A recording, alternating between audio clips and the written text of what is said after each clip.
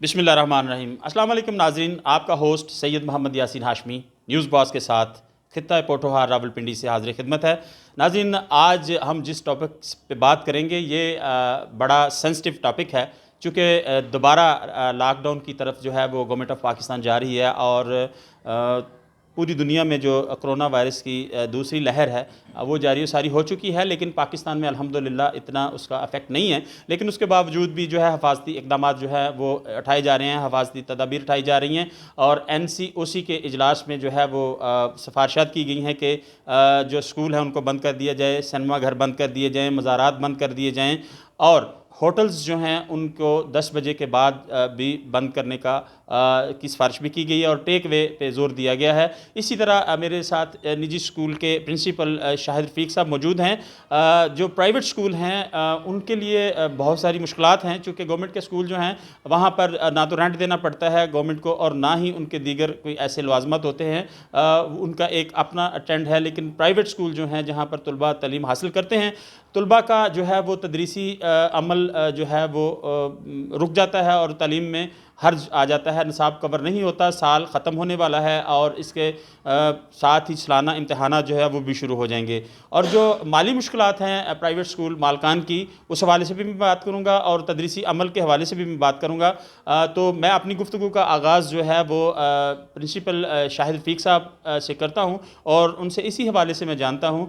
کہ مالی مسائل کیا ہیں اور تدریسی مسائل کیا ہیں، اور اس وقت جو SOPs ہیں۔ میں نے جب اسکول میں انٹری کی تو میں نے دیکھا کہ انہوں نے باہر ٹوٹیاں لگوائی ہوئی ہیں جہاں پر بچے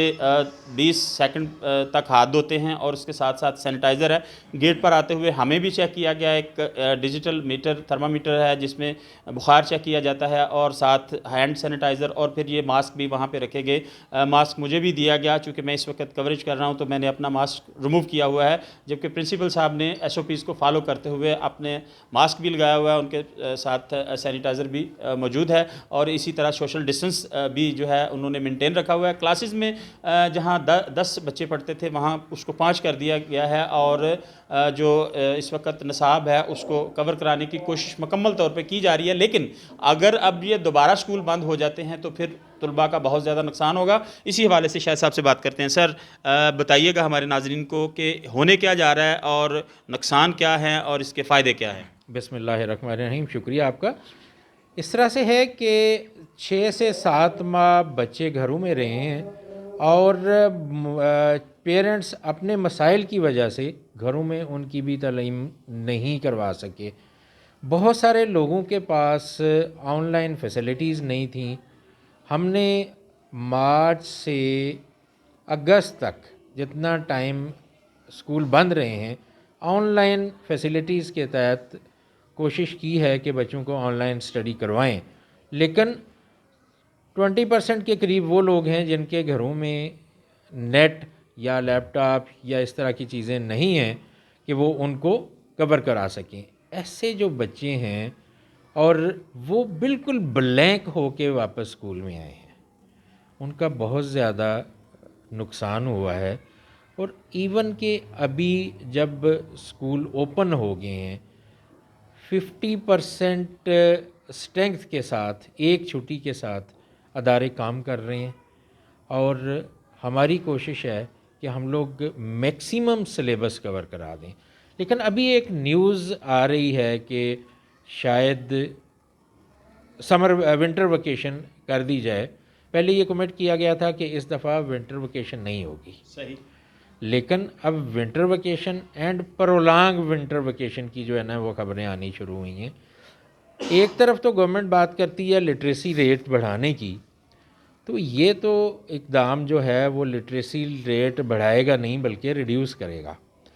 پہلے ہی ہمارے بچے جو ہیں وہ پڑھائی کی طرف زیادہ نہیں ہیں، لیکن اب ان اقدامات کی وجہ سے کیا ہوگا، لٹریسی ریٹ ہمارا کم ہونا شروع ہو جائے گا۔ اب دیکھیں، صرف کرونا اسکولوں میں تو نہیں ہے،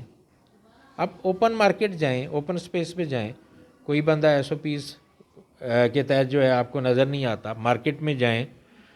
پارک میں جائیں، ہوٹلز میں جائیں، یا آپ آج کل جو جلسے جلوس ہو رہے ہیں گورنمنٹ لیول پہ بھی اپوزیشن لیول پہ بھی، ان کی طرف جلسے جلوس مختلف جو ہیں وہ مذہبی جماعتوں کے ہوتے ہیں، کسی میں کیا کرونا نہیں داخل ہو سکتا؟ نہ تو وہاں پہ ایس او پی پہ عمل ہوتا ہے،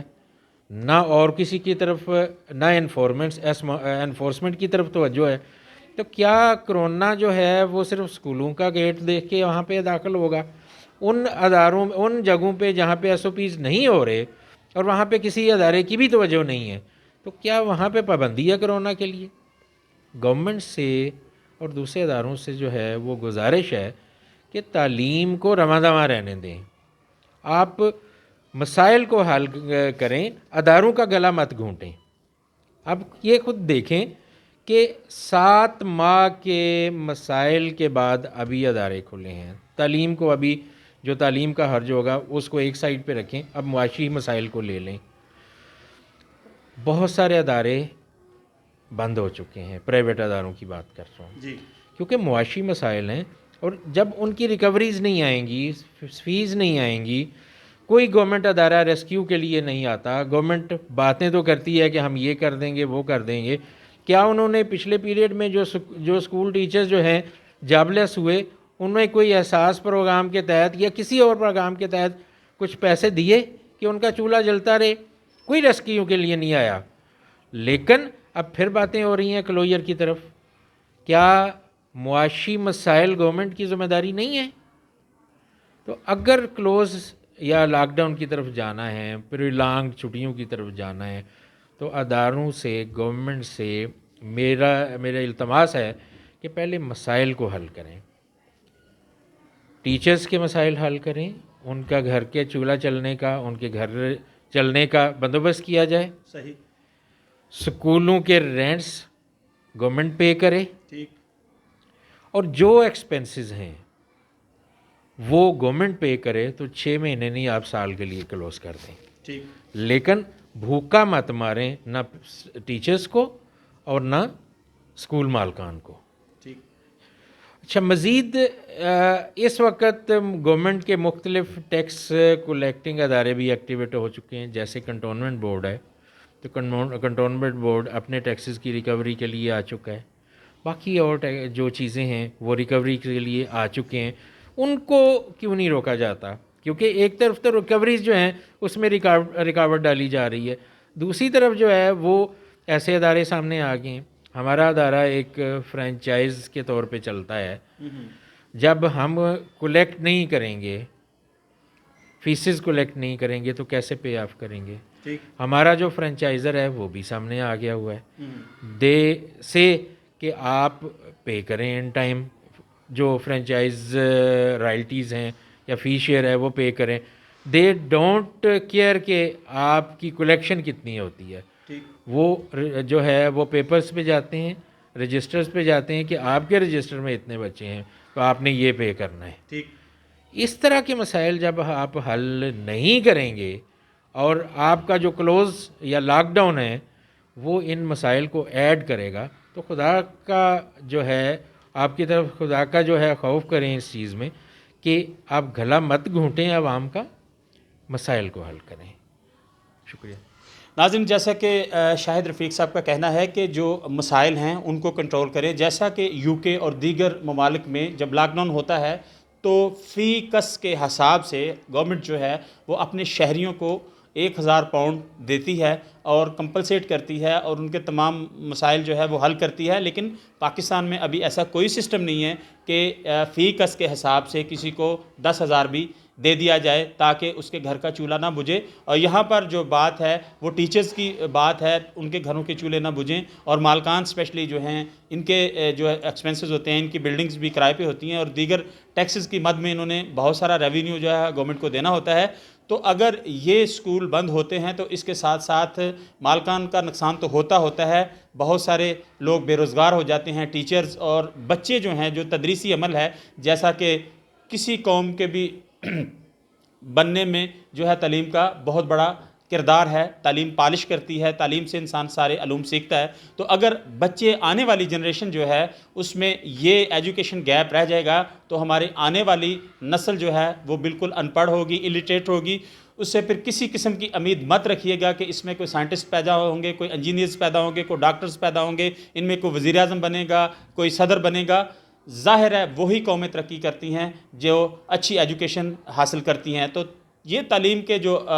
انسٹیٹیوٹ ہیں ان کو جاری و ساری رہنا چاہیے، اور اس کے ساتھ ساتھ حکومت کو چاہیے کہ وہ اقدامات کرے جس کے تحت نجی جو پرائیویٹ سکولز ہیں ان کے اوپر کسی قسم کی قدغن نہ لگے، اور طلباء جو ہیں وہ اپنا تدریسی عمل جاری رکھتے ہوئے اپنا نصاب مکمل کریں، اور